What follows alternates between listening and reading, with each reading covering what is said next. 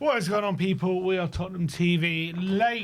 Late heartbreak for Tottenham Hotspur today. 94th minute goal for Jorginho Rutter, denying Tottenham their first victory of 2026 and a victory in Roberto De Zerbi's first home game. We've drawn 2-2 at home to Brighton in what was so close to being our first win and a turning point.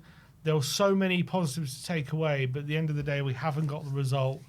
And we're still mired in the relegation zone. And time is very, very quickly running out after this weekend. Depending on other results, we could be 4 points away from the relegation, from West Ham in the relegation zone.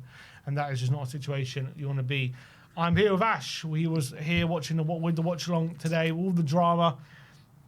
How do you sum up that game? I understand we're all heartbroken and we're all dejected after that late equaliser from Rutter.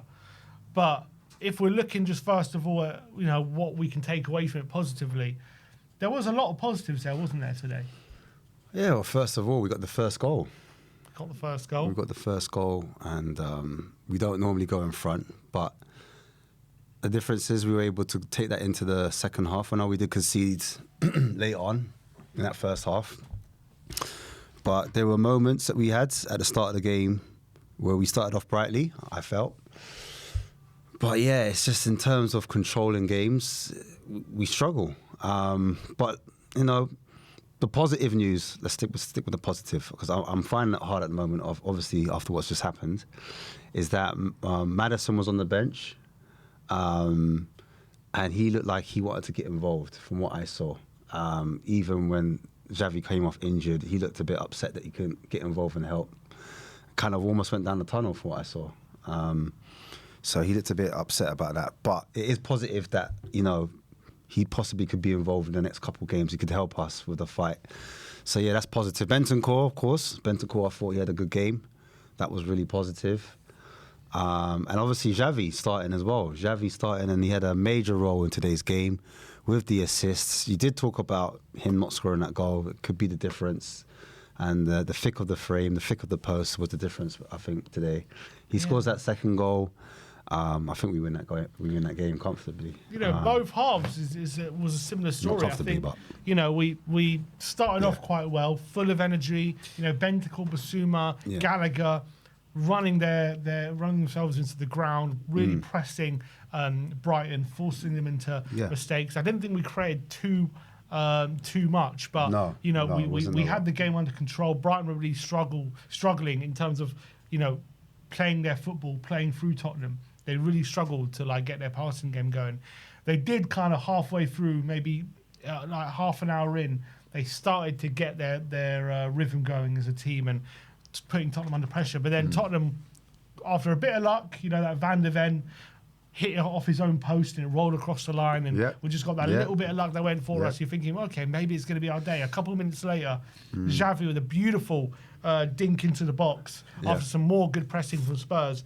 Pedro Porro with a header just ahead of Verbruggen. 1-0, you're thinking, wow, we're in the lead here, playing well. Let's just see out to half-time. And we couldn't do that. Mitoma right at the end of the half with a brilliant volley into the roof of the net.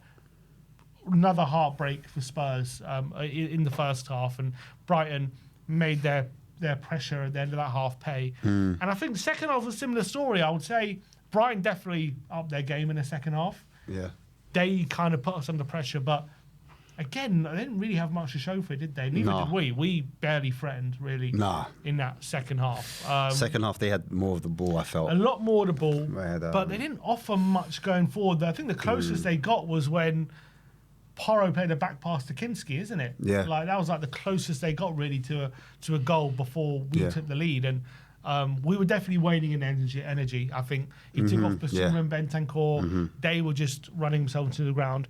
But as soon as he took them off, he brought on Gray and Tell, and then he made another double substitution later on, just before the goal. Yeah. Brought on Bergvall, and he brought on... that was the change we needed. Who's the other one he brought on? He brought on Bergvall. Anyway, he brought him on. Yeah. And he made an instant impact. And he brought Palhinha. Makes an instant impact. Bergvall chases down Van Hecke, full of energy, wins the ball, gives it to Xavi. Beautiful, beautiful strike from Xavi Simons into the far corner, 25 yards out. That little bit of magic, you know, sprinkle of magic that we need in the game to get us in the lead. And 2 moments from him of magic, to be honest. He got the assist and he got the goal as well. Yeah. So 2 brilliant pieces of magic from Xavi get us in the lead. All right, and we got 10 minutes to go. You're thinking, let's just hang on to this. Hang on, literally. There was 8 minutes added on. You're thinking, just, you know, put the ball in the get it to the corner flag, do everything you can, slow the game down. I think for me the nerves definitely were settling in when we see Xavi go down.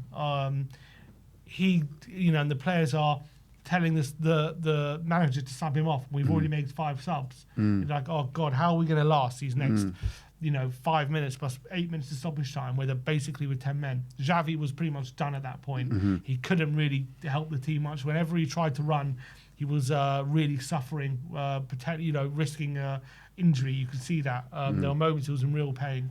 And we were soaking up pressure, lots of pressure in that stoppage time. They hit the side netting. Yeah. That was a warning sign from Kadioglu. And then the moment happened, 95th minute of the game. Danso. Kevin Danso comes in for Romero today. I didn't think he had a bad game overall.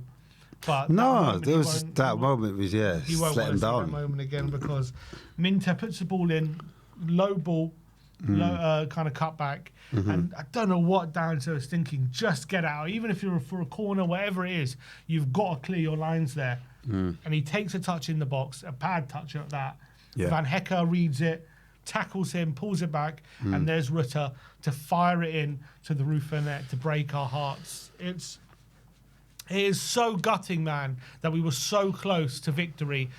There was so much going for us in this game. Xavi finally turning up, Solanke having a great game. I think the subs from De Zerbi were brilliant. Like all the subs pretty much, a lot of the subs affected the game positively. I thought the selection he made from the beginning was the right selection. Like we were, I think, by and large, I think he picked the right team. There was a lot of evidence of improvement, especially comparing to that Sunderland game. But to not come away with 3 points is absolutely gutting. It is. And look, trying to stay on the positive side, not that there's much of that, is that we didn't lose. So I don't know if they can hang on to that as a collective. I know it's disappointing we didn't get all 3 points. It is out of our hands because the other teams, you know, essentially we're having to rely on them to kind of stay in this kind of race, the Premier League race. But if West Ham win and Nottingham Forest win both of their games, which are both winnable games, then it's really looking spooky because we need a win. It's as simple as that. We've got 5 games left now. 5 games left. It might be too little, too late, if we're being honest. Can't not win games, especially at this business end of the season. We've never been here. We've never experienced this before. And so I can understand the panic within the fan base at the moment. I don't know if many people saw a draw coming, if I'm being totally honest. So a lot of people did probably expect a loss. There were some fans that were optimistic and expected a win. And we were, like you said, about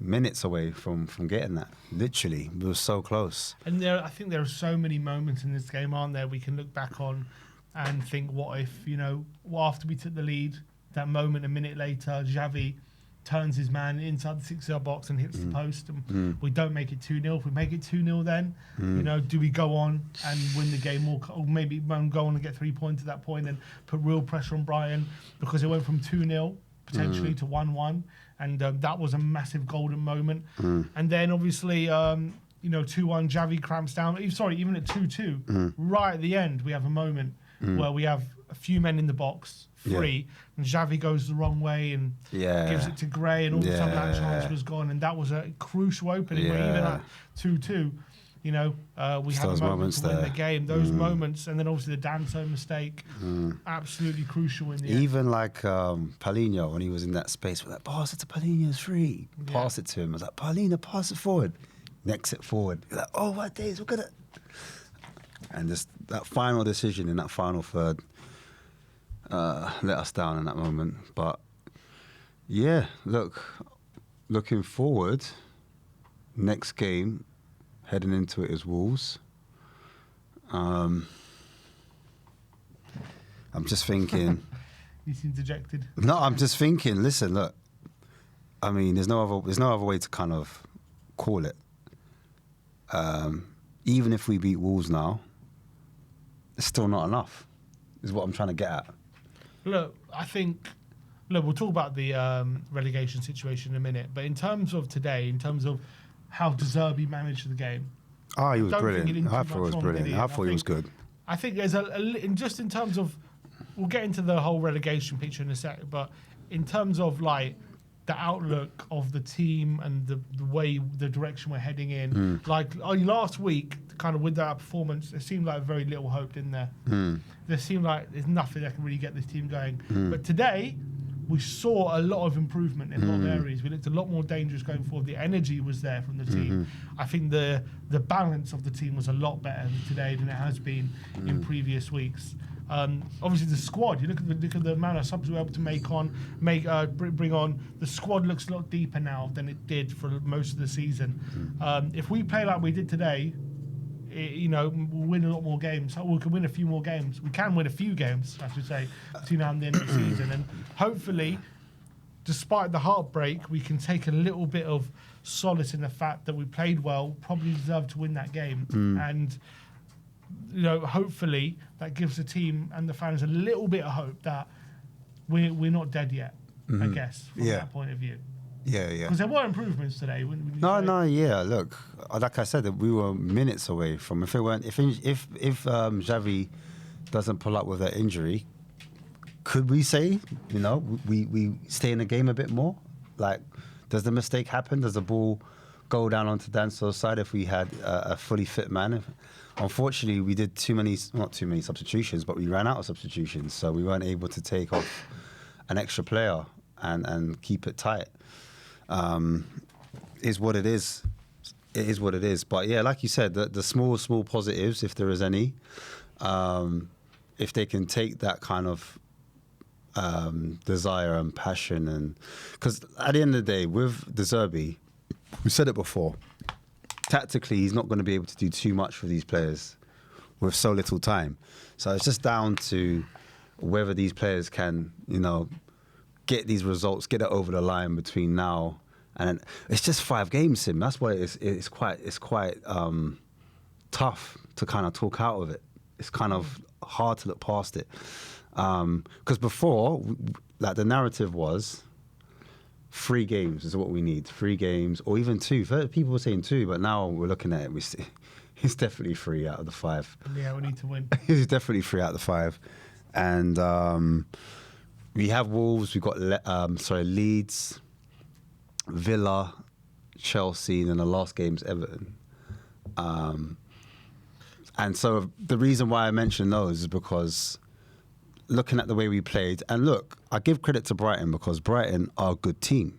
We saw what they did to Arsenal. Yeah.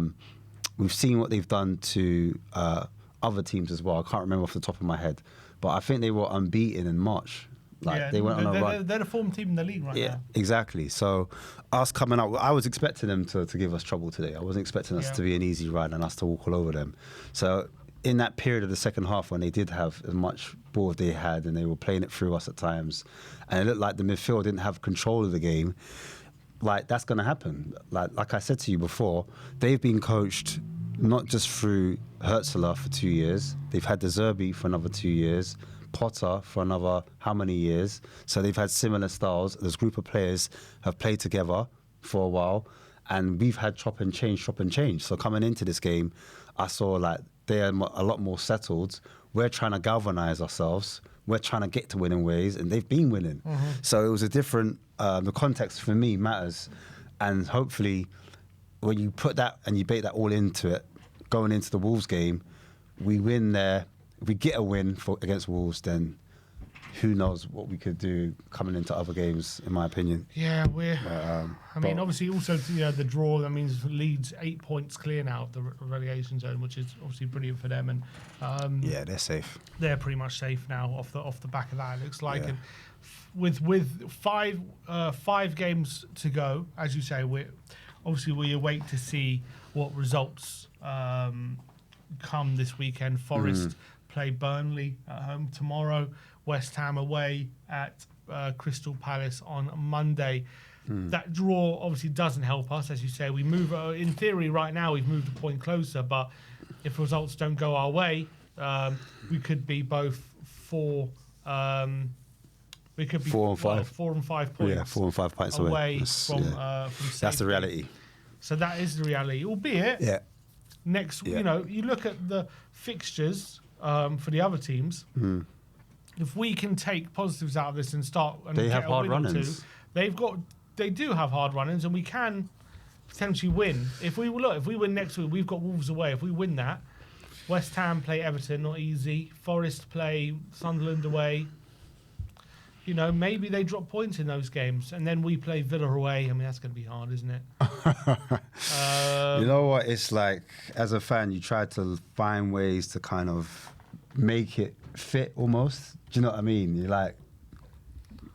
When we play Leeds at home, West Ham play Arsenal and Forest play Newcastle. Not the easiest games.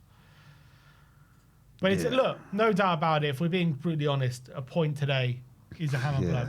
It's a hammer blow. Yeah, we needed the free, Sim. It's a hammer blow to our safety hopes. We needed the free.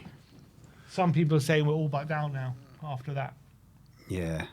Oh, this is the D-Day. I call it like, you know, this is the big game. This is like the final for us. This is right now, after that draw, what do you make our percentage chance of relegation? What was it like? Before the results this weekend? It was like 45, 47. I think it's going above 50 now. It must be in the 50s to 56, I'd say. 56 going towards 60. In the 60s, man. Because we just can't. You know what it is?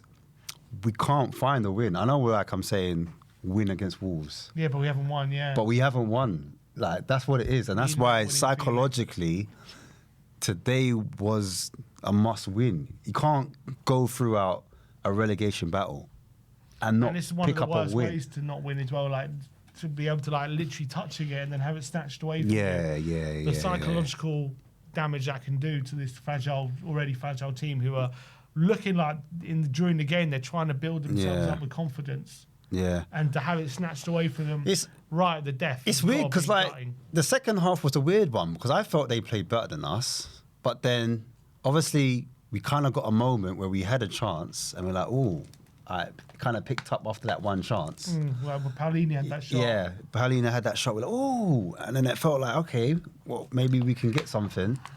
And then before you know it, the substitutions were made. Fast forward, Simmons is letting it go. Boom!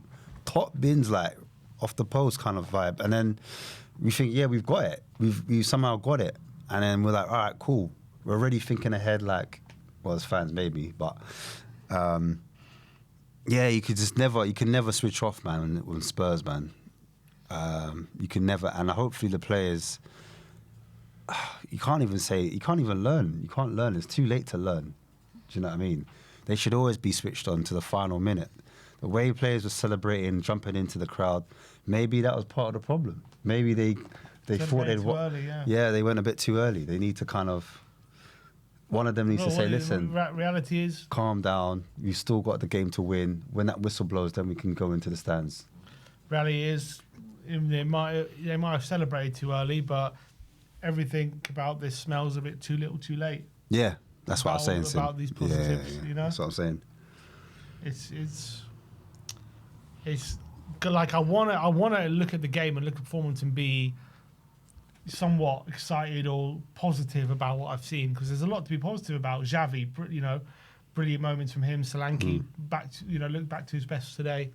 Like there was a lot of positives about the performance, but without the win, it's hard to go overboard because reality is that draw might well have just sealed our relegation. Yeah. Just there. That goal might have well just well have sealed our relegation.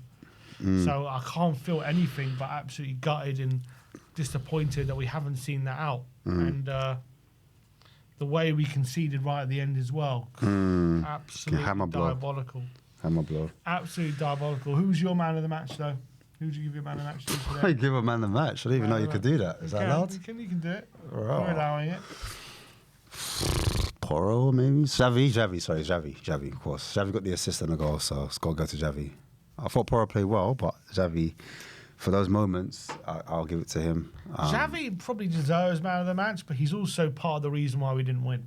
You know what I mean? Yeah, it's true. Which is really frustrating. Yeah, because it's true. he was probably our best player. It's not his fault he got injured, though, is it? No, not that. Well, first of all, that partly, but also, you know, that chance right at the end of the half. Oh, yeah. He's got to score that. And also right at the end of the game. Will you not say that's unlucky, though? And right at the end of the game, he's got to score. No, I think he's got to bury that. He's got to bury that in the one in the first half. He had time and space to finish it. He's trying to be really cute. He's trying to be really cute and just like delicately put it in the corner. Just like smash it. And you were so close to the goal, they wouldn't have no time to react. Yeah. No You time. put your foot through it. You put your foot through that into goal, I'm telling you. I think he screwed that up.